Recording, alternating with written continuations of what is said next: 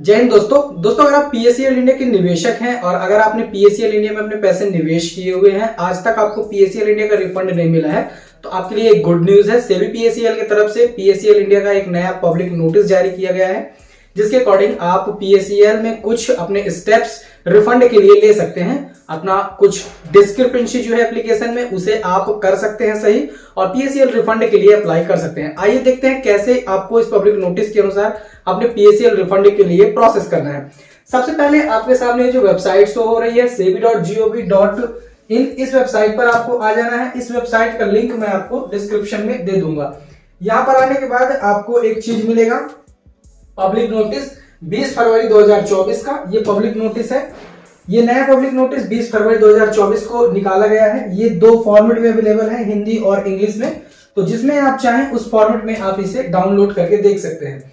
इस पर आप क्लिक करेंगे, यहाँ हिंदी में क्लिक करेंगे, ये आपके सामने डाउनलोड हो जाएगा। यहां से ओपन करेंगे। डाउनलोड होने के बाद इस प्रकार का ये नोटिस आपके सामने आएगा। यहाँ आप देख सकते हैं सार्वजनिक सूचना 20 फरवरी 2024 को ये नोटिस पास किया गया है, निकाला गया है। यहाँ पर देखिए, पीएससीएल के निवेशकों के लिए दावे से संबंधित आवेदन की स्थिति जान सकने और उनकी खामियों को दूर करने के लिए जो पीएससीएल की तरफ से एप्लीकेशन लाया गया है। अब यहाँ पर देखिए, न्यायमूर्ति सेवानिवृत्त आर.एन. लोढ़ा समिति, जैसा कि आप जानते हैं कि पीएससीएल इंडिया का जो काम है वो लोढ़ा समिति के द्वारा किया जा रहा है। मामले में अब तक 19,000 तक की राशि आवेदन के माध्यम से निवेशकों को रिटर्न की है, यानी कि अभी तक जो 19,000 रुपए की राशि तक रिफंड किए जा रहे हैं पीएससीएल इंडिया की तरफ से, उसी के लिए उसमें एप्लीकेशन में अगर कुछ गलती है, कुछ त्रुटि है, तो यहाँ पर आगे आपको बताया गया है कि समिति ने तारीख 15 को 2020 की प्रेस विज्ञप्ति के माध्यम से उन निवेशकों या आवेदकों को इस वेबसाइट के माध्यम से अपने ऑनलाइन एप्लीकेशन सबमिट करने के लिए कहा था। यहाँ पर जुलाई के महीने में जिनकी रकम 5,000 से 7,000 रुपए थी उनको दिया गया। इसके बाद फिर 2021 से 31 मार्च के दावे के बाद यहाँ पर 10,000 तक की राशि दी गई, फिर 15,000 दिया गया, इसके बाद 15,000, 17,000 दिया गया।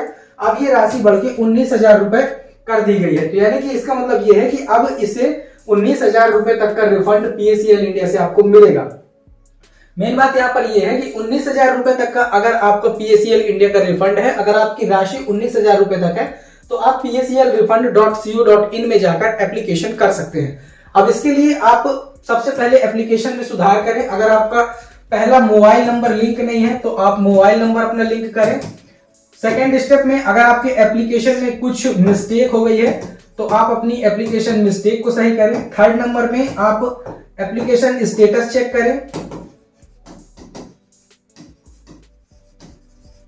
एंड फोर्थ नंबर में आप यहां पर सीधे अप्लाई कर सकते हैं, अपने डॉक्यूमेंट भेज सकते हैं। चलिए आपको अब कंप्यूटर स्क्रीन पर ले चलता हूं, दिखाता हूं कि आपको अप्लाई कैसे करना है। वीडियो के डिस्क्रिप्शन में आपको एक वेबसाइट का लिंक मिल जाएगा, जिस पर क्लिक करके आप डायरेक्ट इस पोर्टल पर आ जाएंगे। यहाँ पर आपको एक ऑप्शन मिलेगा, इंक्वायरी अबाउट पेमेंट स्टेटस। सबसे पहले आपको अपने पीएससीएल का स्टेटस चेक करना है कि आपको एप्लीकेशन सबमिट करने के लिए बोला भी गया है या नहीं बोला गया। अगर नहीं बोला गया है तो फिर आपको रिफंड नहीं मिलेगा। इसके लिए सबसे पहले इंक्वायरी पे यहाँ क्लिक करेंगे। यहाँ अपना सर्टिफिकेट नंबर डालेंगे, कैप्चा फिल करेंगे और सर्च पे क्लिक करेंगे। जैसे आप यहाँ पर सर्च पे क्लिक करते हैं, आपके सामने डिफरेंट टाइप के स्टेटस शो होते हैं। जैसे कि आपके सामने पहला स्टेटस ये शो हो सकता है कि You have not filled claim on the portal sebipsclrefund.co.in in the period of February 2019 to July 2019। मतलब ये है कि आपने जब सेबी पीएससीएल रिफंड वेबसाइट पे रिफंड के लिए क्लेम चल रहे थे तब आपने एप्लीकेशन नहीं किया 2019 में, और आगे के एप्लीकेशन के लिए अभी नोटिफिकेशन रिलीज नहीं हुए हैं। जब होंगे तो आपको इन्फॉर्म कर दिया जाएगा। दूसरे एप्लीकेशन का स्टेटस इस प्रकार से आ सकता है कि आपका जो अमाउंट है वो प्रोसेस्ड हो चुका है।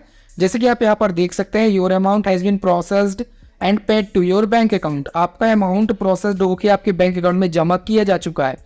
तीसरा, आप यहाँ से मैसेज देख सकते हैं, could not processed at this stage, you may await notification in this regard. मतलब इस स्टेज में आपका पैसा कंसीडर नहीं किया गया है, आप अगले स्टेज के लिए वेट कर सकते हैं। नेक्स्ट मैसेज इस प्रकार का आ सकता है, could not processed further as against said PSCL certificate land has been allotted as per the data provided by the PSCL limited. मतलब कि आपने जो एप्लीकेशन किया हुआ था तो उसमें आपने लैंड अलॉटमेंट को यस कर दिया है, तो आपका ये पैसा अभी प्रोसेस नहीं किया गया है, आपको नेक्स्ट स्टेज में इसके लिए बताया जाएगा, या फिर डेटा करेक्शन करने का जब एप्लीकेशन आएगा तो आपको वहां पर दिया जाएगा। इस तरह आपके सामने इस प्रकार का मैसेज आएगा जहां पर आपको एलिजिबिलिटी आपकी बताई जाएगी। अगर आपके सामने ये मैसेज आता है SMS status for certificate submission, तो आप ये समझ लीजिए कि आपको PACL के द्वारा मैसेज भेजा जा चुका है सर्टिफिकेट सबमिट करने के लिए। यहाँ पर टोटल आपका अप्रूव्ड अमाउंट भी बताएगा कि कितना अमाउंट आपको अप्रूव्ड हुआ, कितना आपने जमा किया हुआ था। और यहाँ पर एक चीज आप देखिए, SMS has been sent to your registered mobile number for original certificate, detailed information in the regarding section available in the notice. तो इसका मतलब ये है कि अगर आपको इस प्रकार का स्टेटस शो हो रहा है तो आपको SMS सेंड कर दिया गया है PACL की तरफ से, और आपको अपने ओरिजिनल सर्टिफिकेट PACL के एड्रेस पे भेजना है। आपके सामने आपके PACL एप्लीकेशन का स्टेटस आ जाता है।